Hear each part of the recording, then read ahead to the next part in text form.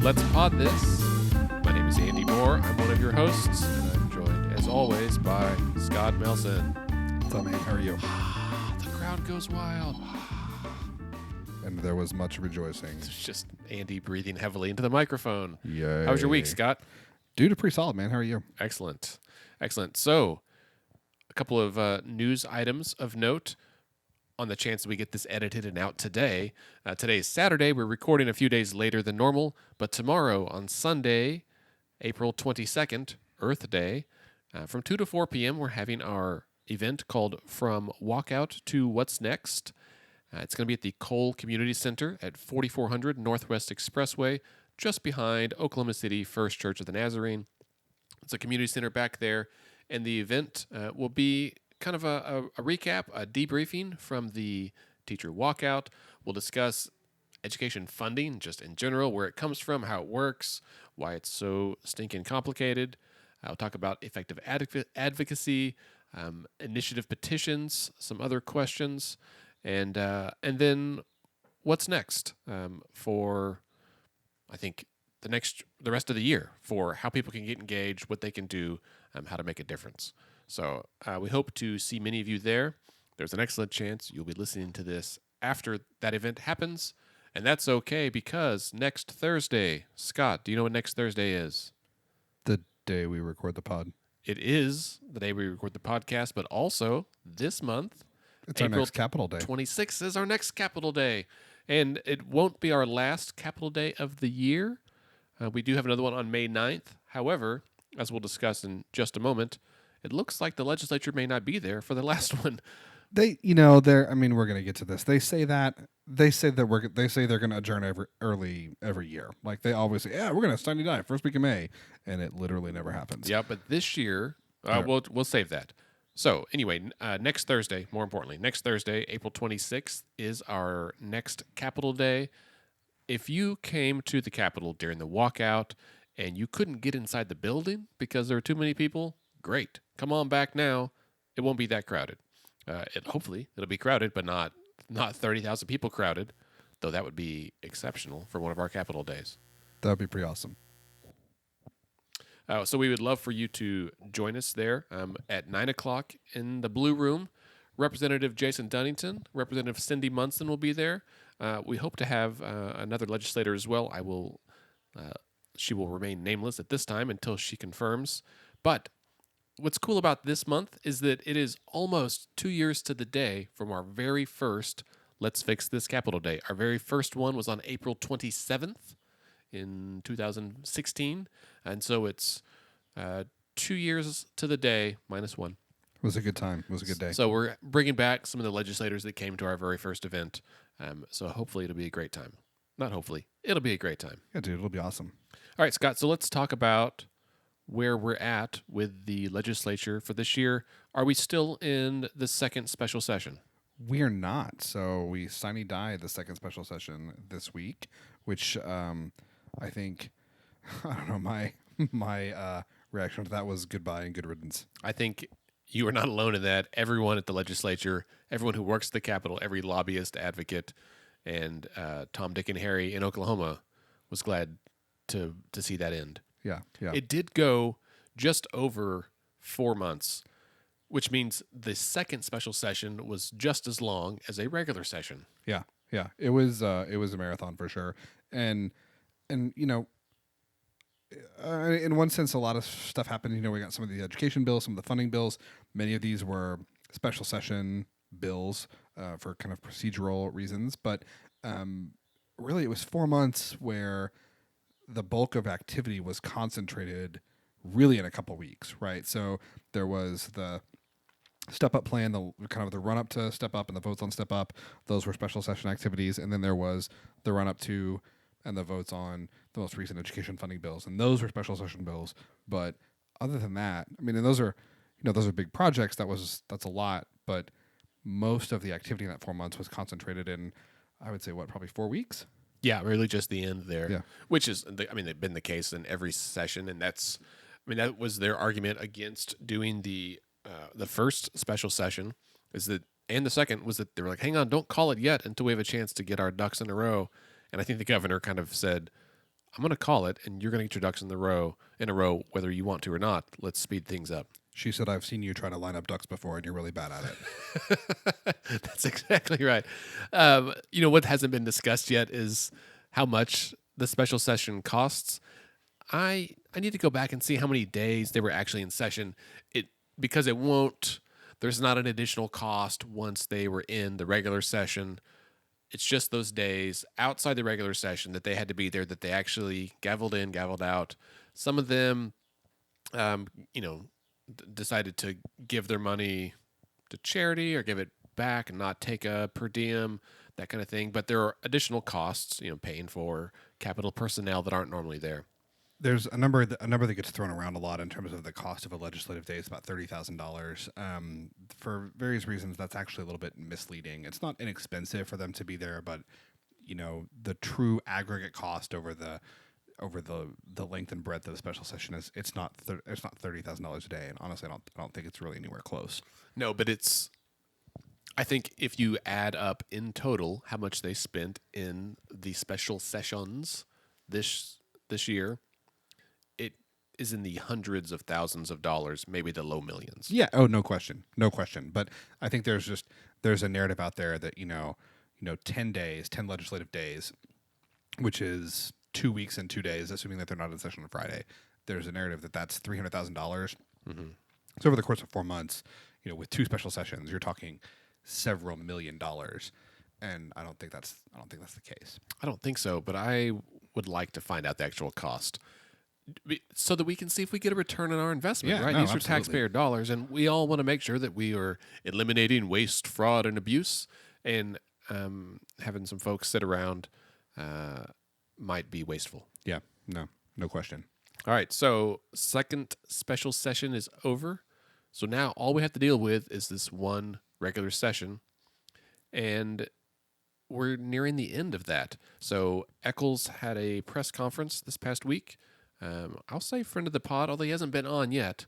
We're still working on that. Yeah, he's a friend of the pod. Maybe a project for the summer. He's a good dude. He's a busy man right now. Yeah, that's true. So House Majority Floor Leader John Eccles had a meeting or had a press conference, and he has pretty much said they expect to release the final bills of this session. So all the deadlines for when bills need to be heard in the opposite chamber have now passed, and so now it's still one left. Thursday. Thursday. This coming Thursday. On the floor, right? All the committee deadlines passed. Committee deadlines are passed, but on the floor is this week, and the one committee that has not passed yet. So bills can still be heard in JCAB, the Joint Committee on Appropriation and Budget. Right. That's always that's there. that's a separate issue. JCAB's a special case all by itself.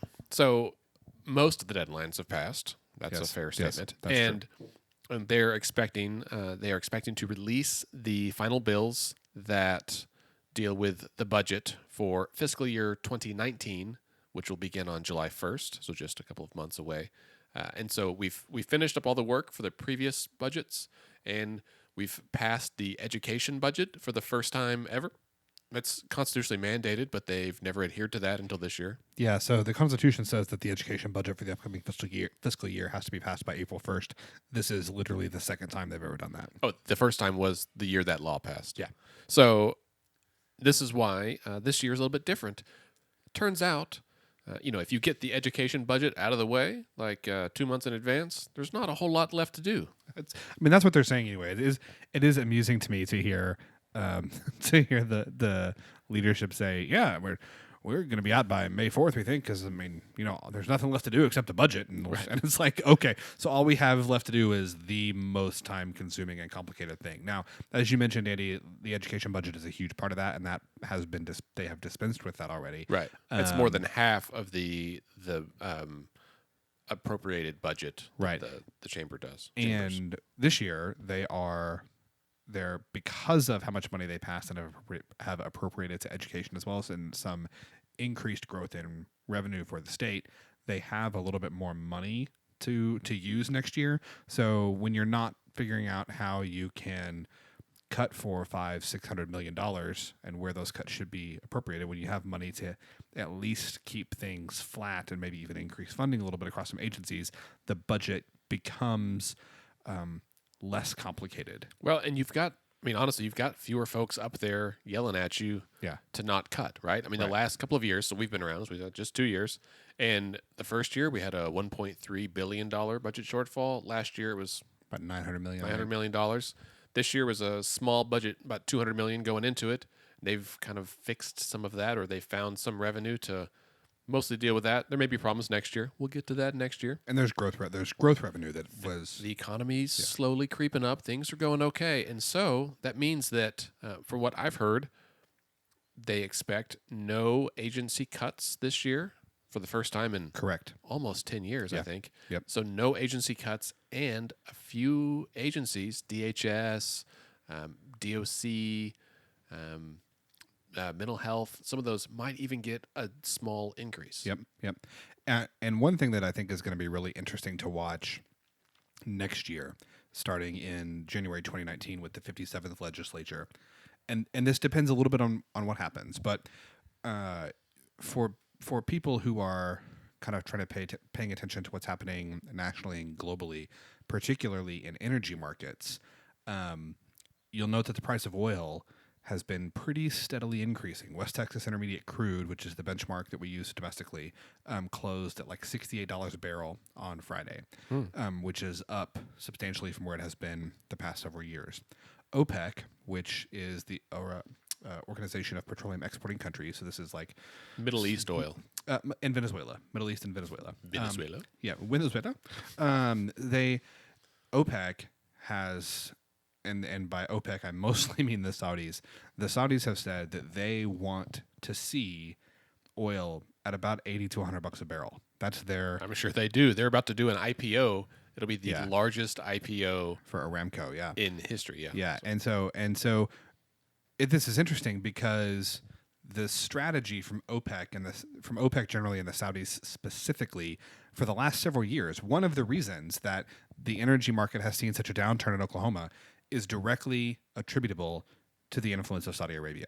So Saudi Arabia, as I'm sure most people know, has the largest oil reserves, oil specifically in the world. It's huge, okay? But not only is there a ton of oil there, but just because of the geology of those formations, Saudi Arabian oil is the cheapest to get out of the ground virtually anywhere in the world. So Saudi Arabia can turn all their pumps on, they can bring oil out of the ground at record pace, drop the price to, the low 30s, maybe $40 a barrel, and they can actually make money on that. You know who can't make money at $30 a barrel? Are shale producers in the U.S. It's tough to drill those horizontal wells. Right. And so the strategy was, and it's been effective to a large degree, the Saudis said, we are going to up our production. We're going to maximize production. We're going to create a global supply glut, drop the price, and see how many of these shale producers we can force out of the market. Because the shale revolution in the States has allowed U.S. energy producers to rival the Saudis in terms of their output. But shale producers can't stay in business at $30 a barrel. So they've been pursuing that strategy for several years. They've blown through a lot of cash. The Saudis have actually one of the most generous kind of social welfare states in the world in terms of what the government provides for its citizens. Don't get me wrong; they are an autocratic,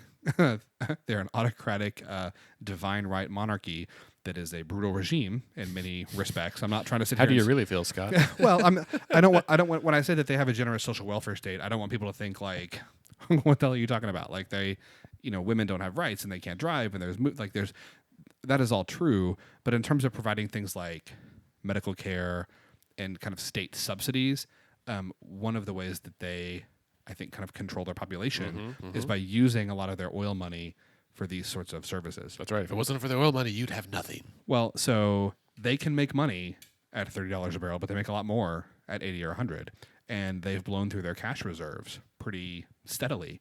So now Saudi Arabia, because of that, and because Aramco, the national oil company, is about to undergo an IPO, the Saudis want to see oil prices a lot higher. Yeah. And so I bring all of this up because there is a lot of speculation that in the next 12 to 15 months, we will see oil prices continue to rise, perhaps dramatically. If that happens, Oklahoma will become flush with cash. And I think that a debate will emerge. What do we do? Do we cut income taxes again? Do we cut gross production taxes? Do we send it back down to 2%? What do we do when this oil money comes back? Other states, Alaska, North Dakota, have put billions of dollars away in those times so that they don't have to make these draconian cuts. Right. And I think the question that we could be asking in Oklahoma is, one, do we take advantage of this situation if it develops? So this is all speculative, of course, but if energy prices come back to that degree, do we take advantage of the situation and, one, put some money in the bank, but two, even before we do that, do we try and restore the cuts that we've made over the last 10 years? Do we kind of get back to where we have these core services funded at a level where they can provide for our citizens? I think that's the debate that we as a state will have to have. That's interesting. I like that you basically gave a preview of the podcast in 2 years from now.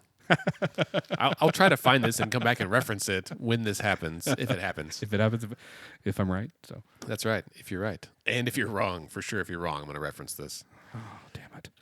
So anyway, so we may be staring down the pipe of a end of the regular session, perhaps early for once. And I don't think anyone would be super disappointed by that. If all the agencies are held even or got a tiny bump, they got done early, I know a lot of folks at the state capitol that would welcome an early vacation. Right. I mean, you know me, Andy. Like, I love this stuff, and I'm so ready for it to be. I'm ready to not be in a session for a while. Also, I'm ready for election season. Yeah, well, that's the other reason is that love election season. a lot of these folks are running for office. However, not as many as you'd think. So I had a conversation with David Blatt, the executive director from the Oklahoma Policy Institute, certainly a friend of the pod, and I'm hoping to get him on to talk about some of this soon. They've been kind of looking back at previous elections and who was elected when, and a lot of this was spawned, I think, by Effie Craven, who's a friend of the pod and on our board. She made a spreadsheet a while ago, and it was covered by the Oklahoman and News 9, where it looked at everyone currently in the legislature and if they've had an opponent in the past who hasn't had opponents in primary, general, whatever, to understand how many folks haven't ever faced an opponent. They just got elected simply by filing. It's an astonishing number. It was a high number, and so it started there. And since we just went through filing for all the House seats, a third of the Senate seats, and then all the statewide things, governor, lieutenant governor, treasurer, all that, it is interesting looking back. So term limits was passed in 1990, went into effect in 2004, and the way term limits work is that legislators can only serve 12 years combined, House and Senate. So if you could do 6 in the House, 6 in the Senate, or whatever before term limits, we had this impression that legislators were in office for decades, right? They were just Gene Stipe and whoever else were in there forever, and it's actually not the case. When you look back, the average tenure of most legislators was about 6 to 8 years, and since then, once term limits went into effect, there was this spike where all of those people that were in office kind of stayed in their maximum time. And some of this is because the Democrats were in power in 1990 and they started to lose seats. And so some of those folks knew that once they left office, their seat would likely flip. And so they just kind of hung on for as long as they could to try to give their party extend their influence as long as they could. Well, now it's gone back down, and now the average tenure is again around 8 years, 6, 8, 10 years. And so it's really, people aren't staying in office for 20, 30 years like we believe they would. And now it's kind of leveled out, and now it may be even lower. Right now, even if all of the incumbents that are running for re-election, even if everyone who maintains their seat, there will only be, I think, 40-ish out of the 150 that are in the legislature. Only 40 or so of them will have been there for more than 4 years. So basically, it's been a full turnover. And so when David said this, I said, man, this is an important thing, I think, for people to know, that when you have this general intent to like vote those bums out In fact, many of them have been out. Like a lot of these folks that are there are new. We had 40 something freshmen last year. We're going to get a bunch of new freshmen again this fall, looking into next year. There's a bunch of people that are eligible to run for re-election who would be heavy favorites if they did, who are not running for re-election. Right. Right. John Bennett's not running for re-election. Cockcroft. Cockcroft is not running for re-election. Leslie Osborne's not running for but she's running for statewide office. Elise Hall's not running for re-election. Who else? Several in the Senate as well. Mm-hmm. And so Four Killer's not running. Representative Four Killer's not running for re-election. yeah, there's a bunch. And there's some folks that are running for statewide office, or Randy McDaniel's running for treasurer. Yeah. Leslie Osborne running for labor commissioner. Interesting. I will post the big spreadsheet with all the candidates on there. I think the state chamber put it together where they've already gone through and kind of color coded and added additional information. It's really helpful. Yeah. I got that on the other day. I'm gonna put it on the website. It's also interesting because David put together some numbers as well, and he wrote a Facebook post about this. But that when you look at who is not running for re-election and is eligible to, and then you compare what their votes were on some of these education measures, they line up pretty well. There's a lot of folks who didn't vote for education funding, didn't vote for the teacher raises, particularly on the right, who are also not running for re-election. That's interesting. Correlation doesn't equal causation, but it's interesting. That is interesting. So I'm curious to see kind of what happens come election season, which is an important reminder. The primary election is June 26th. There will be a number of seats that are decided on that day. People who have a primary opponent, but not an opponent of the opposite party, thus no general election in November. If they run in June and win, they're in. That's it. They've got the seat. It's important, I think, for everybody. Write this down on your calendars too. If you are not registered to vote, we're not judging you, but I mean, we're. I am. I'm definitely judging you. If you're not registered to vote, the last day that you can register to vote and vote in the primary is June 1st. And the reason this is important, right? You can say, "Oh, it's the primary. Like, I don't really need to vote in the primary. I'll vote in the general election."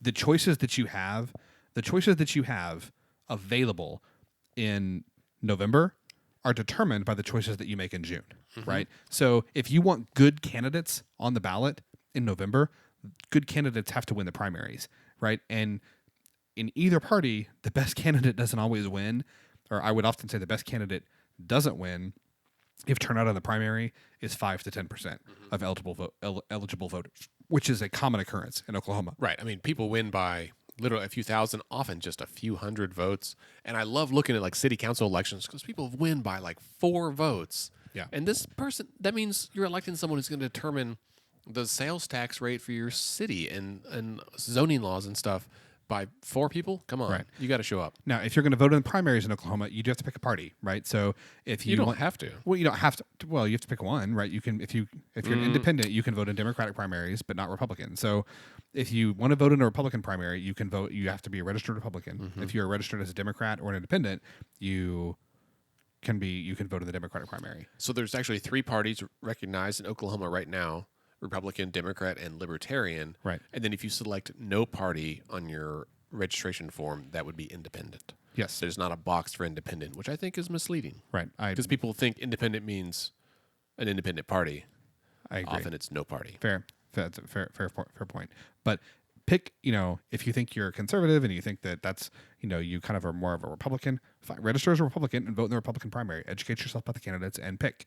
If you're more of a progressive, you think you're a Democrat, register for the Democratic Party and vote in the Democratic primary. Educate yourself about the candidates and pick. But if you are intending to vote in the November election and you want to have, a say in who's on that ballot, you have to vote in the primary. And if you're going to vote in the primary, the deadline to register is June 1st, which is about 5 weeks from today. Right. You can print it off.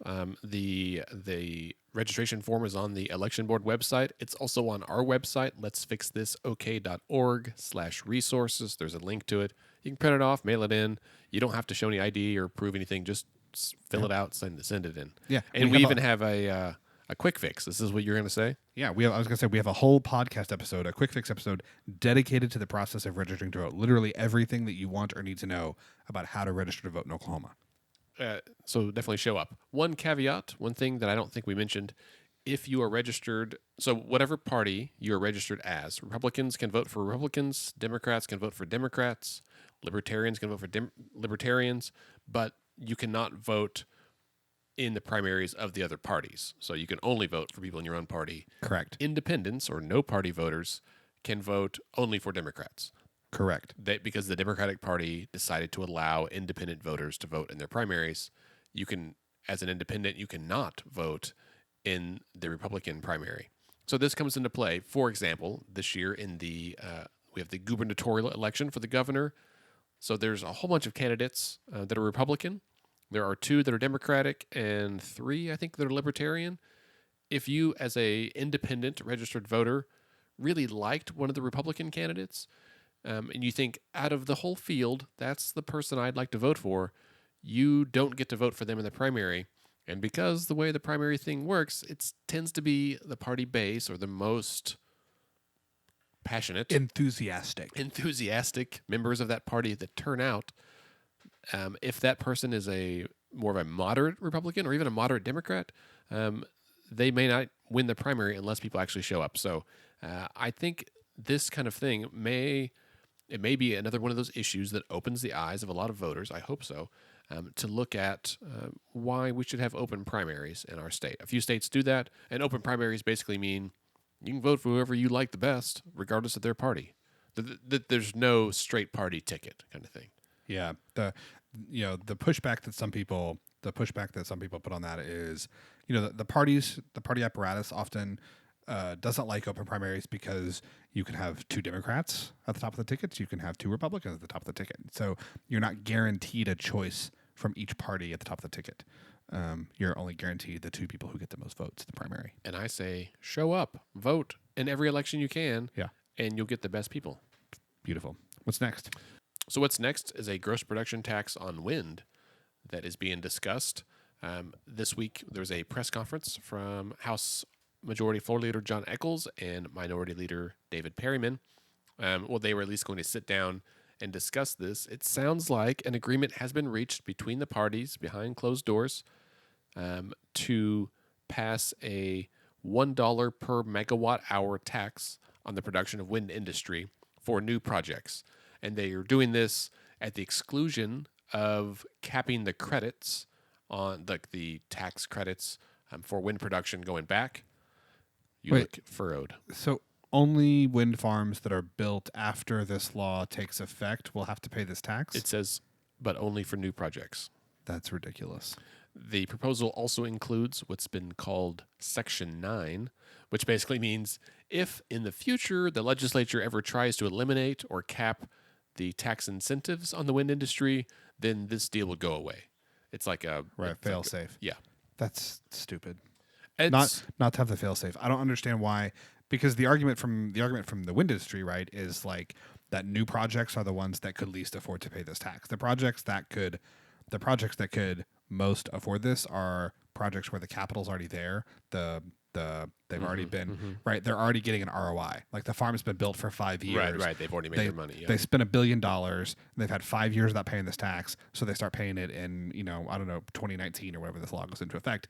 They can absorb this better than a project that hasn't been built yet and now has to build this into their cost structure and their financing. So I would say my argument as a citizen, as a taxpayer, would say, okay, suck it, pay your tax. No, I don't disagree with paying. No, make him pay the tax. But to me, a better way to do it is starting in 2019. All farms currently in existence, provided they've been in existence for at least 5 years, or pick a number, right? Start paying it, and then every new farm that's built going forward, after they've been in production for 2 years, 3 years, 5 years, whatever the number is, then they start paying it too.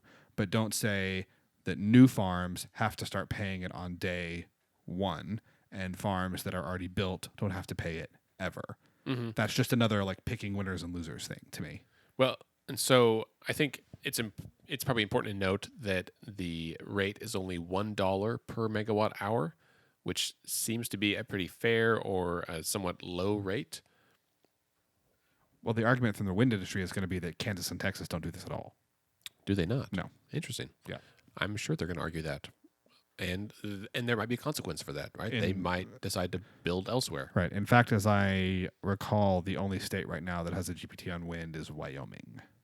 Really? Yeah. Any other state with a significant wind presence does not do this. Now, I'm not saying wind isn't taxed in those states.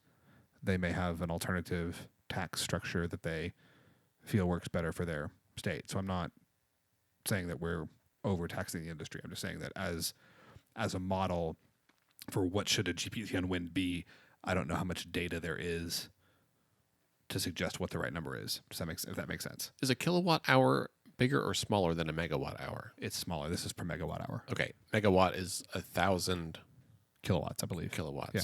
So 1,000,000 watts. Yeah. All right. I'm trying to research how It's many. like byte, kilobyte, megabyte. Right. So an average American uses residential uses about 1,000 kilowatt hours per month. So basically, this would be $1 per every household. Something like that. I mean, but do you see my point on like Sure. why are you going to say that farms already built don't have to pay this ever, and farms that are going to be built moving forward have to pay it from the beginning? Why don't you just say all farms have to pay it once they've been producing energy for a set number of months, years, and I don't care. It could be 6 months, it could be a year, 5 years. Look at the math and see what makes sense. I'm sure that industry, could kind of help. Do you think it's? I mean, basically, it's you get tax incentives in order to start up the farm in the first place. Those incentives run out, and then you got to start paying. I guess then you lose the incentive and you have to pay a tax. Yeah, I mean, and now I think probably part of the argument here is going to be not I shouldn't say going to be is how do you extract money from the wind industry? What's wind industry? What is the best way to bring revenue into the state treasury from this kind of new source in Oklahoma? And there's two schools of thought on this. The first is a wind GPT, and it's just what it sounds like. It's straightforward. You look at the amount of energy, Gross production tax. a gross production tax. How do you tax the energy that is produced by these wind farms on a per megawatt hour basis? So $1 per megawatt hour. The other way that's been talked about that's a little bit more complicated and I think is not, in my opinion, not as good of a solution, is to get rid of tax credits and incentives that these companies were promised when they decided to invest in the state. So most of the wind projects in Oklahoma, or I think even all of them at this point, are benefiting from refundable tax credits. So a refundable tax credit means that even if this wind company, this entity, fails to turn a profit, right? So they don't owe any corporate income tax in Oklahoma, they get money back, just like you and I do, right? If you file your taxes and you've overpaid or your income is below a certain threshold, you get money back from the government. That's the same with these companies, these refundable tax credits. And there have been some lawmakers at the Capitol that are saying, why are we cutting these companies a check? It's one thing to say they don't owe any tax. It's another thing entirely to give them money. Right now, those tax credits are costing Oklahoma about $70 million a year.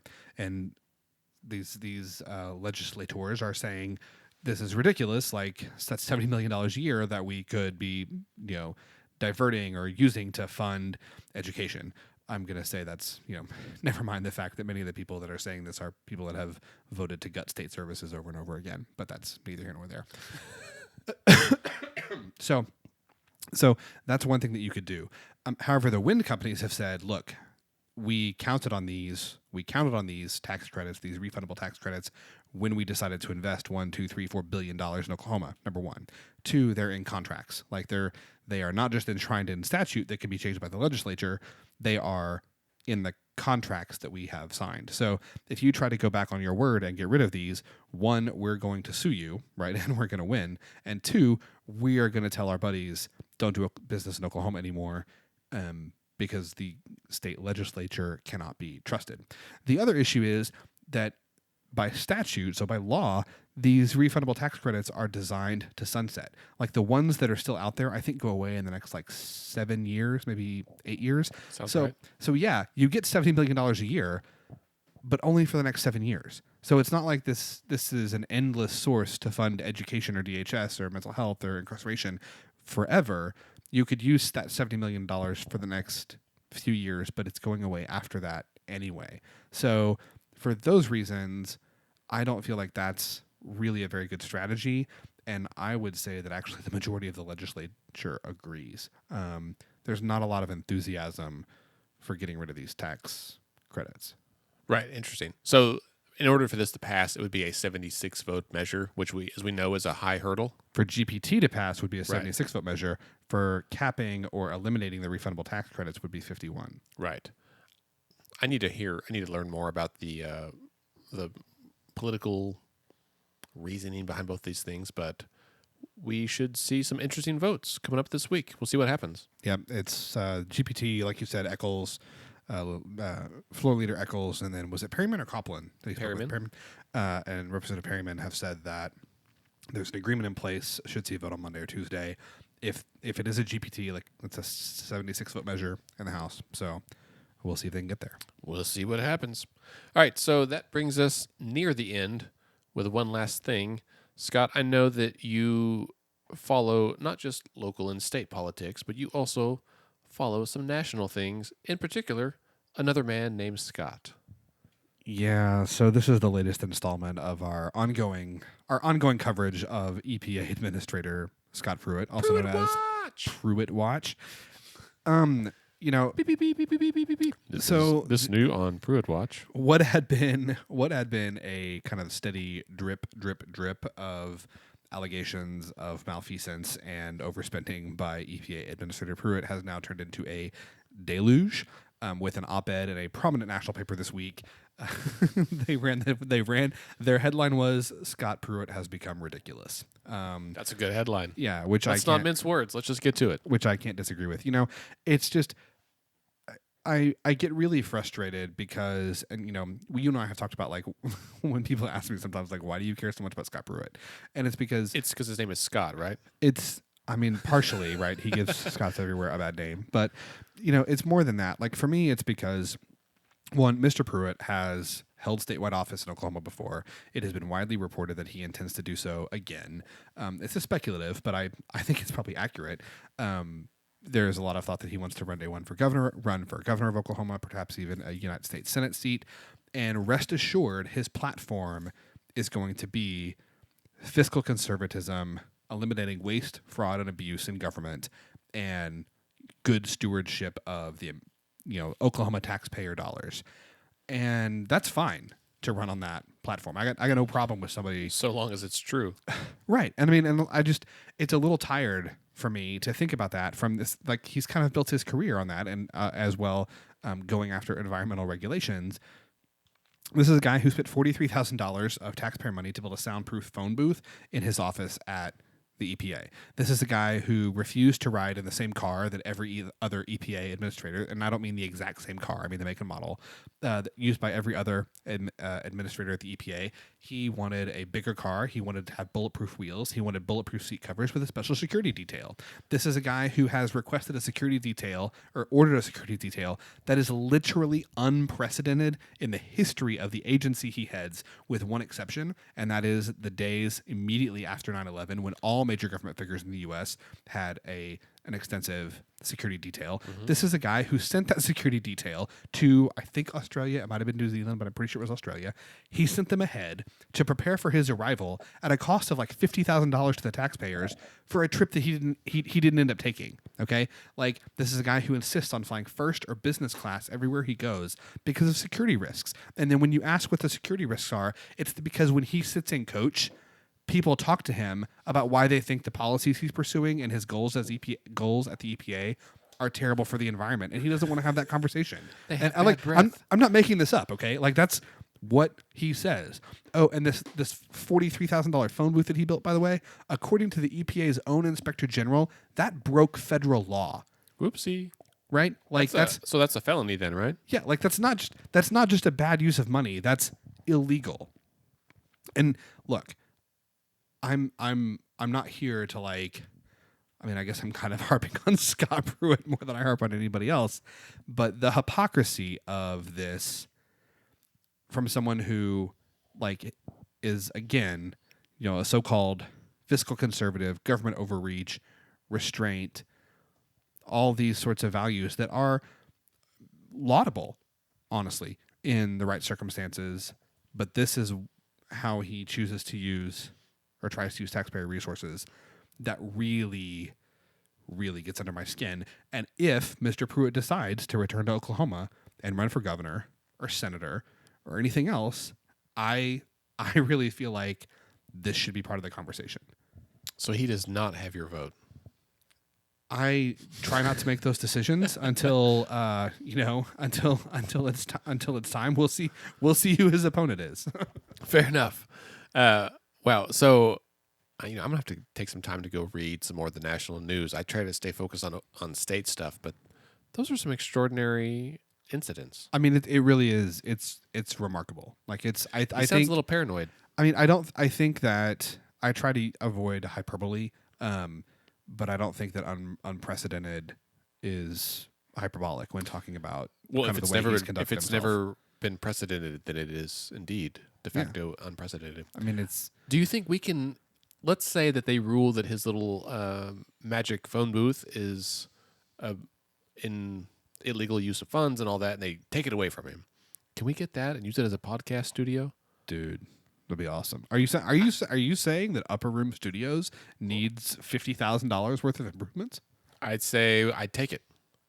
Also, I want to know how he got a cell phone signal in that secret booth. I assume it's a landline, Well, I guess, like a red phone. an encrypted landline for the freaking EPA administrator. Like, is the EPA administrator calling the Kremlin? Maybe. How's the fracking going on over there? Do you guys have earthquakes like we do? Or is it that the EPA administrator is calling large oil and gas producers and chemical producers and saying, what regulations would you like me to undo for you? Who knows? We're not there. It's soundproof. All Anyway, right. sorry. Thanks for letting That's me get okay. that off. Hey, Pruitt Watch is always entertaining. Thanks for letting me get that off my chest. Do you feel better? My migraine is gone, yes. Excellent. I took a photo of Scott while he was ranting about that. I'll post it on social media when this episode posts. And that officially brings us to the end of this episode. Remember, this Sunday, April 22nd, are From Walkout to What's Next. And next Thursday, April 26th, is our next Capital Day. Please join us. Take the day off work. Just take the morning off work. Come hang out. We can go have lunch. It'd be a great day. And I would love to walk with you and hear what you're passionate about and walk with you to your legislator's office and either facilitate the introduction or sit in on the conversation or just get to know you. Honestly, that's really why we're here. Remember, you can connect with us on Twitter and Instagram at Let's Fix This OK. Scott is at SC Melson, and Andy, me, I am at AndyOKC. You can also like our Facebook page at facebook.com/Let's Fix This OK. Our website is letsfixthisok.org, and there you can sign up for our newsletter, read our blog, and find other resources and details about upcoming events. Our podcast is edited and produced by Scott and me, and Let's Pod This is a member of the Mostly Harmless Media Network. Our theme music is provided by the Sugar Free All-Stars. Let's Fix This is a nonpartisan, non-profit organization who strives to educate and equip all Oklahomans to engage with their government. We encourage you to get involved in any way that you can, and remember, decisions are made by those who show up.